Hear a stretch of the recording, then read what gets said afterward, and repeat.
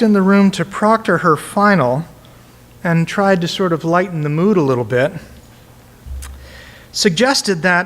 I suggested, in the long run, this test will have no perceptible impact on the quality of your life.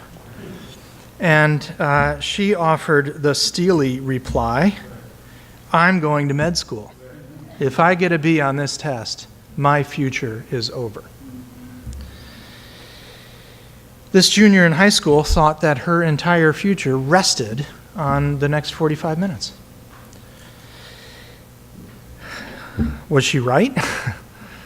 I hope not, but maybe.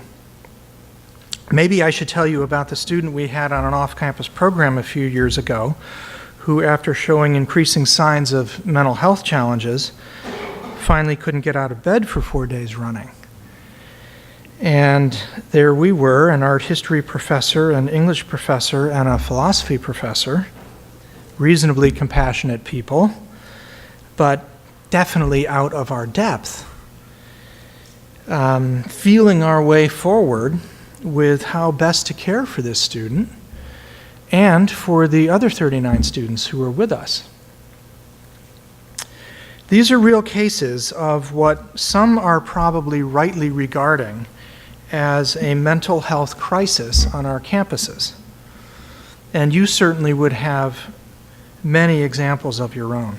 The number of students, as you certainly know, accessing mental health services on our campuses has risen sharply. Epidemic might not be too strong a word. But I have to confess that I had something of a come to Jesus moment yesterday, if you can believe it. Westmont Student Life Division, in partnership with the Association of Christians in Student Development, hosted a one-day praxis workshop ahead of this main conference. Many of you here were there. And congratulations, by the way, to Edie Schultze. I don't know if she's in the room, but also to Angela Demore, our Director of Campus Life, for putting on a fantastic program yesterday. Thank you, Angela. And I'm not seeing Edie, but when she appears, definitely congratulate her. In the midst of that day, after hearing a lot of sobering data, we got a challenge. What is your positive vision of student wellness? What would an academically healthy, emotionally healthy, physically healthy, socially healthy, spiritually healthy student look like? We know what ill health looks like. What does health, wholeness, flourishing look like? In fact, it was Eric right back here who offered us that challenge. Thank you, Eric. Something clicked in me in that moment, and if you'll forgive the religious language, it kind of made me repent. One of the behaviors that is common to those who suffer from anxiety is catastrophizing. And I found myself asking if I wasn't doing that very thing. Focusing solely on the crisis, seeing it as an epidemic, digging for its causes, wringing my hands about whether solutions are even possible. We had to promote this conference, of course, in a way that would get people out. It's easy to do that by poking the sensitive spots, by activating our own anxieties. But we all know perfectly well that anxiety about the problem does not solve the problem. Essential to solving the problem, and this is what Eric gave us yesterday, is a positive vision of where you want to go. So this is now my challenge for the next 3 days, and I invite you to join me in this challenge. Leave here Saturday afternoon with a clearer, positive vision of, I'm not sure what the right language here is, let me try something Aristotelian, human flourishing in an academic setting. What is human flourishing in an academic setting? And how can I contribute to my institution in all of its diverse elements becoming a place that promotes that flourishing? So, thank you for coming to help me develop that vision. I plan on learning from all of you like mad for the next couple of days, and I hope you will too. Let's learn from each other. From our keynote speakers, they are fantastic. We're going to learn a lot from them. We'll learn a lot from discussion of the many fine papers that will be offered in our concurrent sessions. But as much as anything, let's learn from each other. All of us are coming with rich experience and a variety of different experiences. We have a variety of different positions in our institutions represented in the room. We've got faculty members here. We've got student life professionals here. We've got administrators here. We've got students here. Those different angles within an institution can help each of us develop a more complete vision of flourishing in an academic setting. And from our different institutional settings, there are folks here from small residential colleges like Westmont, but also from much larger universities with many residential students, but also many commuting students, maybe Greek systems, maybe non-traditional students. And there are folks here from faith-based institutions, again, like Westmont, where students' faith might be a really important part of this conversation and where the institution might foreground that element. But also many from public institutions and private colleges with no religious affiliation, where the role of faith might look very different. So I think personally that the diversity that is in the room is a real asset for the next several days. The different perspectives, the different contexts, the different experiences that you all bring will help me create the most complete vision of human flourishing in an academic setting. You will be assets to me in all of your diversity, and certainly to one another. So again, thank you very much for being with us. Okay, I'm not the only one who gets to say welcome. Westmont's provost, Mark Sargent, will also come and extend his greetings. Mark has been with us for, I think, 7 years now, Mark, is that right? And I'll just note one of Mark's tremendous gifts as a leader, one that is completely relevant to our time together in the next 3 days. I'm not quite sure how to put it, but what I want to say is Mark breathes. Mark has an equanimity that I have seen in few other people. I'm not sure if I've ever seen Mark rattled. And that's in a very pressure-filled position as provost.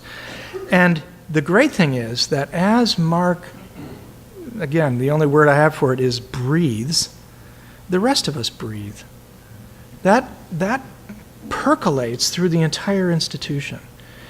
The equanimity that he brings to his work filters out to us all. It's a fantastic gift for the rest of us. So Mark, thank you. And please welcome Mark Sargent, please.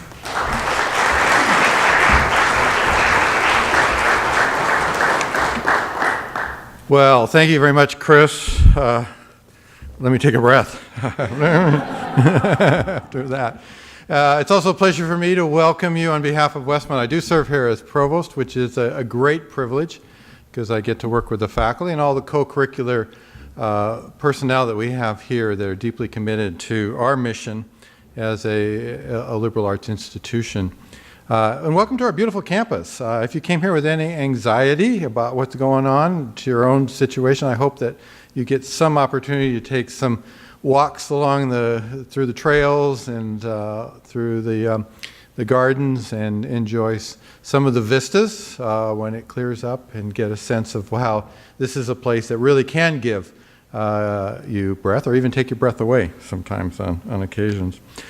I love the idea that we call this a conversation rather than a conference. It's a conversation because it brings lots of good minds together that care about the liberal arts and want to enrich and sustain the tradition of the liberal arts. And as Chris said, we're looking forward to learning from all of you. I also love the fact that this is a conversation about the liberal arts that is concerned about how the liberal arts engage culture. I'm in lots of conversations about the importance of the liberal arts that dwell in abstractions, that look to the past, that try to sustain some golden age idea of education. The Westmont conversation has always been concerned about the way in which the liberal arts are relevant and vibrant and connected to the opportunities and challenges of our time, whether we're talking about issues of war and peace, whether we're talking about issues of technology and human flourishing, whether we're talking about gender, whether we're talking about social justice or entrepreneurship issues. And certainly the topic of anxiety is an important one. We all think that one of the virtues of the liberal arts is it provides opportunity for reflection, for exploration, for creativity. But when there's anxiety on the part of students, preoccupation with that race to success, it not only unsettles them emotionally and psychologically, it actually impedes our ability to let the liberal arts breathe and to flourish and to do what a liberal arts context can do. So we look forward to the conversation as an opportunity for us to understand together how to make the liberal arts a vibrant, meaningful opportunity that provides real latitude, grace, and challenge and opportunity to our students as they settle in and become part of our community. So welcome to Westmont. I look forward to meeting several of you in the process. Hope you have a rich and invigorating time here. Thanks.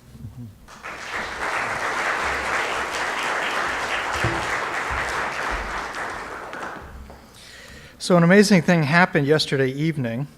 I walked into our offices after being at yesterday's workshop for most of the day, and there were name tags everywhere.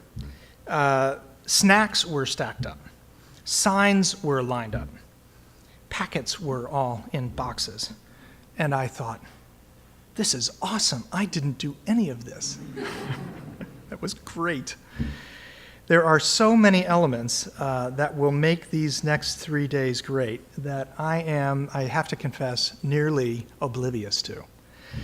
And that is due to the tremendous event planning and execution skills of Addie Smith, who some of you met when you came and you have perhaps been in correspondence with.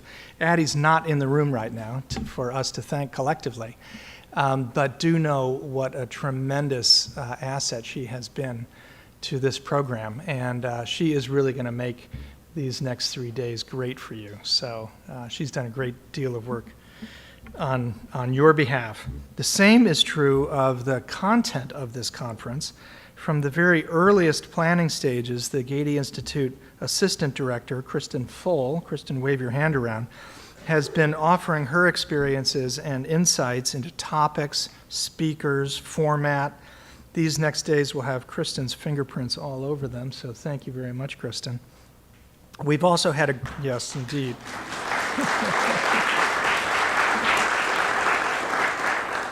We've also had a great team of faculty and staff contributing to planning. Enrico Manlipig, where's Enrico? Somewhere back here. Thank you, Enrico. Beverly Chen. Did Beverly make it to this session? Some folks have to teach in this time, so maybe not. And Angela Demore, right over here. Thank the three of you for your great efforts. And finally, the real heavy lifting has come from the Gady Institute Assistant Director, Aaron Sizer. We devised this conference about a year ago and started to get it rolling over the summer, but the big work was going to happen in the fall. So I promptly left the country for 5 months and basically said to Aaron, here you go. He took it and built it, and I came back in January and it was largely done. So Aaron, thank you very much. This has been incredible work.